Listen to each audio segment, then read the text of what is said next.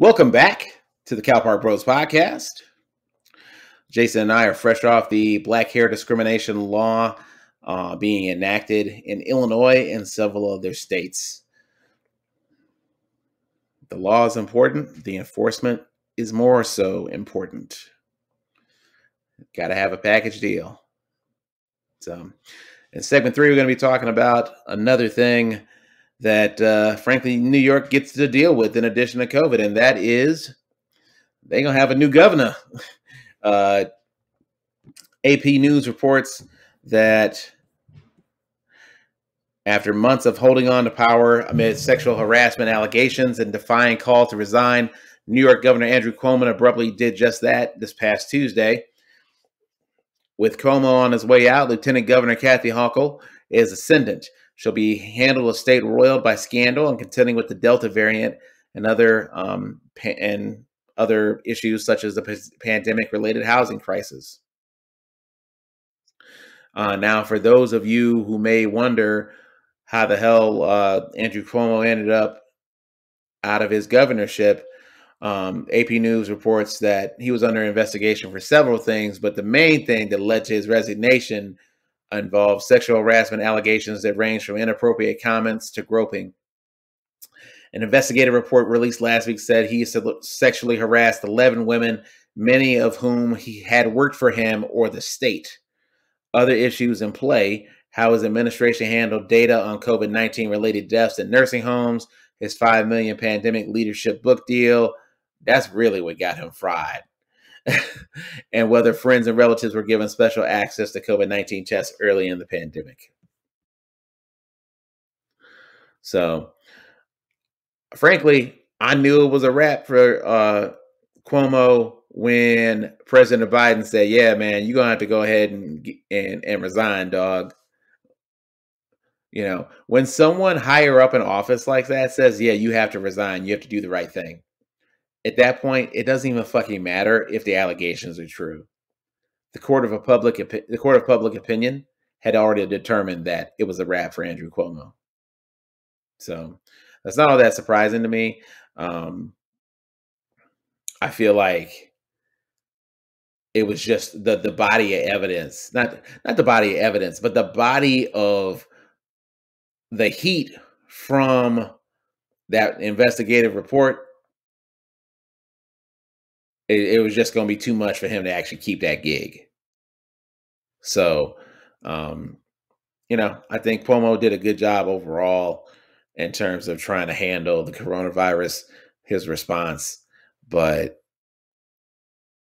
just because he did a good job on that doesn't mean that we're going to be ignoring all of this other shit that he has allegedly done and that this investigative report has kind of called out, where you got 11 women that either worked for him or had to deal with him in a State Department capacity.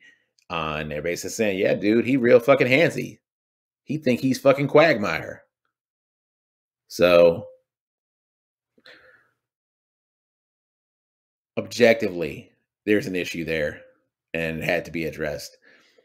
I also think I kind of compare this to Rudy Giuliani, where Rudy Giuliani did a lot of good stuff in terms of his response to 9/11 and galvanizing support and trying to unite. That being said, Rudy Giuliani is a fucking asshole everywhere else in his life. Like, he's a fucking scumbag outside of that. And he can't just run on the fact that he had a good response to a fucking tragedy. Same is true for Andrew Cuomo. So, what are your thoughts, Jason? So I didn't know he was under fire potentially for anything at all. Of course, I saw the report now that he had to resign over sexual harassment allegations. And I was like, wow. So my first thought was, and I think that article from AP News mentioned it. My thought was a huge fall from grace. So I remember last year when he was going through the COVID stuff, his daily briefing and stuff like that, he was getting lauded for, "Oh, this dude's so cool. This dude's so awesome. He's a great dude." Now, some of that might have been mostly from Democrats, maybe, but is what it is. I'm sure a lot of people now probably are looking at him like the same way, a fall from grace. Um, that was my first thought, and then I read upon what allegations specifically were about, and you mentioned 11 women involved, the groping of breasts, the groping of buttocks, uh, comments about their looks, their sex lives, creating a work environment of rife that was rife with fear and intimidation.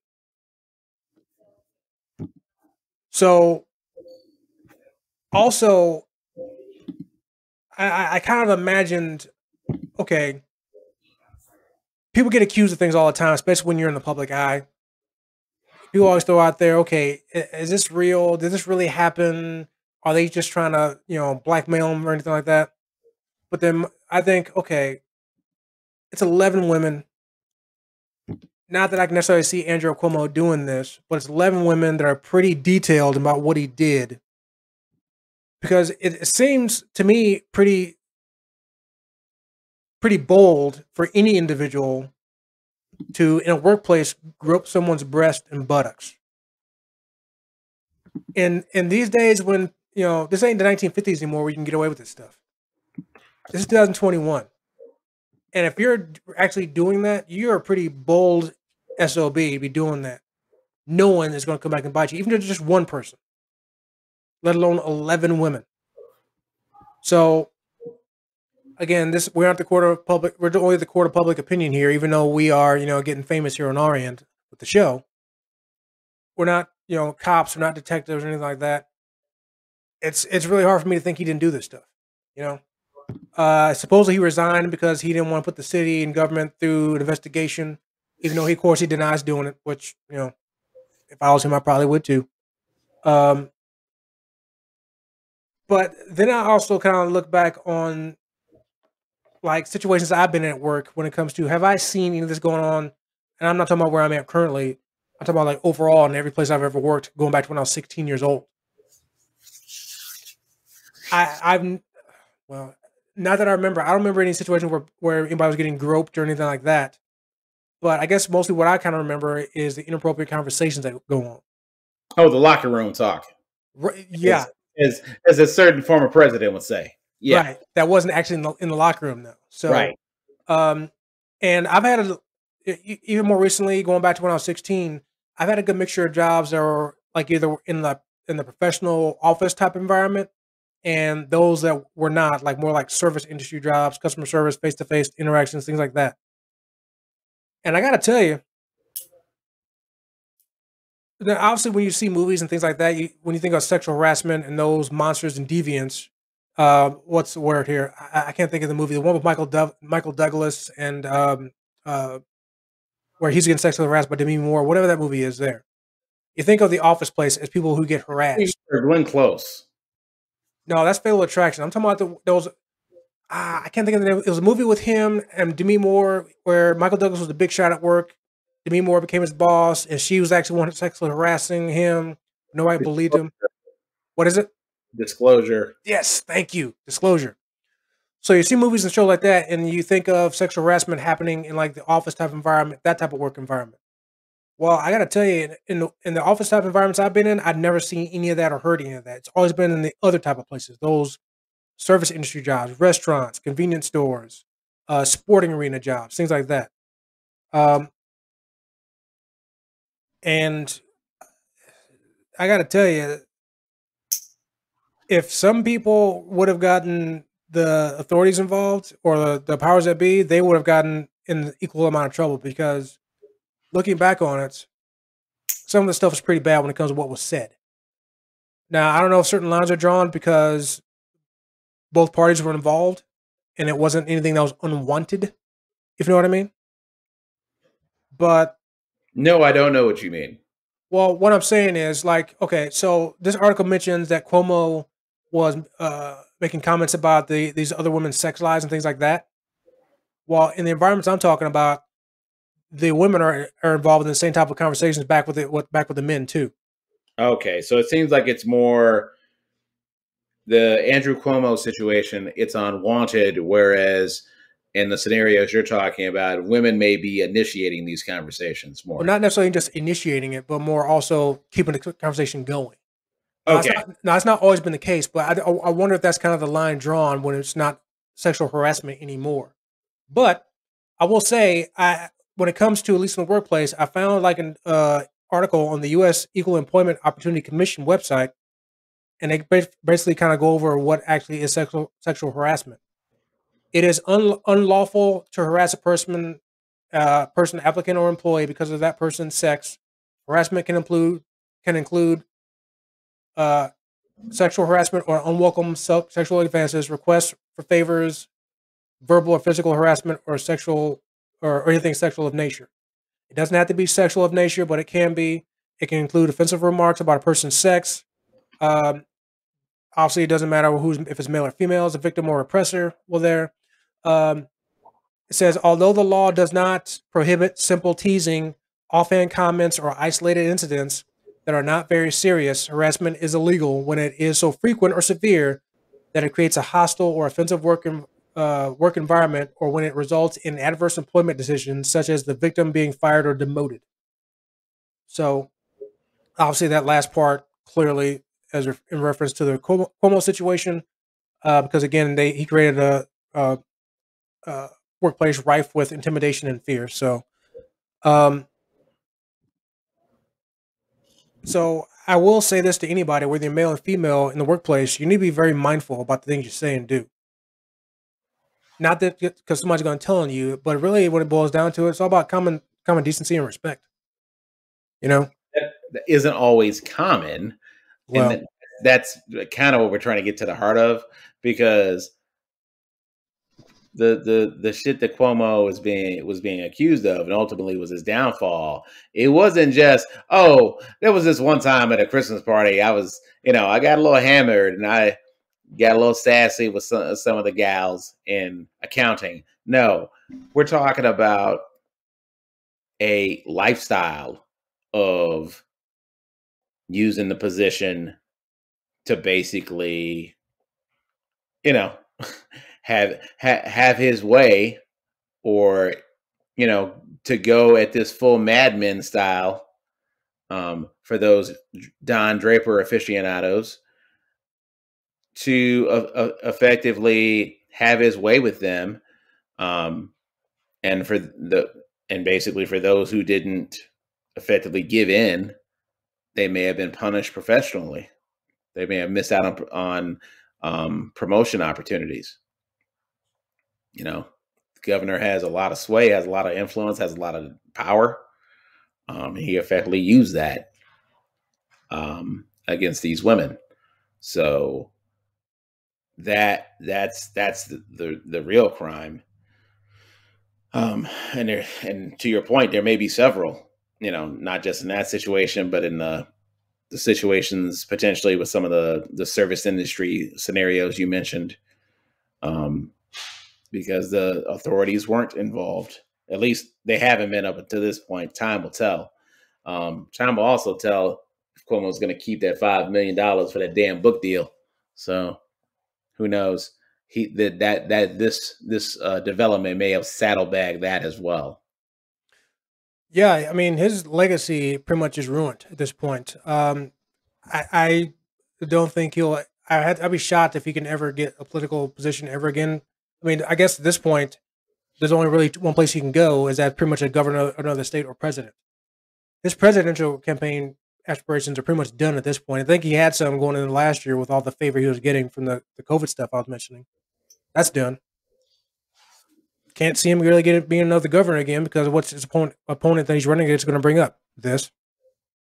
So he's probably done politically, at least in the public eye. He might do something in politics behind the scenes, maybe, but he's done. But I do want to quickly bring up a situation that I did experience before when I was a lot younger. And I bring this up just when it comes to when I say to individuals, be careful and be mindful of what you do and say in the workplace when it comes to making sure you're creating an environment of comfortable ability for people to do their jobs. So, as I mentioned, I've had a lot of different jobs, including ones in the service industry, restaurants, quick service, sit down restaurants, things like that. Well, I'm not going to name the restaurant on air, but this is back when I was at 23. It was a quick service restaurant. I was 23.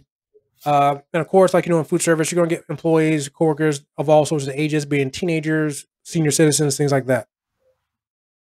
So I was involved in it was a minor incident, what turned out to be eventually a minor incident. So one day at work, and this is when I was a manager, assistant manager at this place. Uh, Normal day at work, nothing big deal. Everybody's working their job, doing their business, working the line, stuff like that. Well, a couple of customers came in, a couple of teenage boys, and one of my coworkers was a teenage girl. She was working the line, making food, taking orders, things like that. But as I'm walking around doing my job, I see these boys kind of pointing and snickering at the teenage girl, as she has like a back turn. I'm like, why are they pointing and giggling? So after about 5 minutes of them doing this, and the girl doesn't seem to know what's going on, but eventually I noticed that she has her shirt tucked in a way that basically her underwear is showing, like a little piece of it, if you know what I mean. Okay. Um, so So eventually, not in the eye of anyone else, I kind of let her know, hey, FYI. And I told her that I noticed these boys are pointing and giggling at you, and I think I know why. So I told her that, hey, it's because your underwear is showing. You might want to go in the back and take care of that. So she did it, and I don't recall her having any sort of, angst towards me for bringing it up. But the next day, I basically got called into the office by the manager and basically explained that the girl felt uncomfortable, and it was indicated to me by the manager at least, and I don't know if this is true because I didn't want to bring it up at this point to anybody else, that it might have been she might have been felt uncomfortable because I brought it up to her. Now again, I didn't take it any sort of way. It was more like understanding. I felt I did felt a certain way initially because I felt like, well, I was just trying to help. Wasn't doing anything wrong. But as I got older, I realized that, well, I maybe could have handled that a different way. Maybe she could have had like another female employee do that as opposed to me saying something. Um, and again, obviously that comes with maturity. I was actually only 22 at the time. Um, so, but that goes into what I was saying is that be very mindful of the things you say and do. Find the best way to handle things, even because even things that you had the best intentions may not turn out the way you want to, which may or may not be your fault, but still. Be mindful of the things you say and do, and who you're saying them to, and who you're doing them in front of, because that could have been a thing. Um, Unfortunately, that girl happened to be the owner's daughter, and I will admit that I was a little worried that I might be getting fired because of that. I think the owner understood it, but still, it was a thing that I had to have a talking to about. So so again, I just have to say that no matter how old you are, young, older, whatever, if you're in the workplace, supervisor, manager, or not, be mindful of the things you say and do, how you're saying it, and know who you're saying it to and whatnot, because that can be important when it comes to um, this. Now, I highly doubt these accusations are misunderstandings, particularly if you're groping someone's breast and buttocks. I don't know how that can be misunderstood,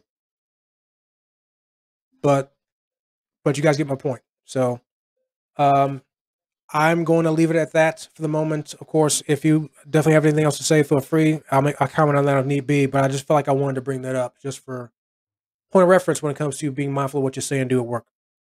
Jason, I think that's important. Number one, that you shared a personal experience uh, dealing with just interacting with the opposite sex in the workplace. But I also feel like a lot of times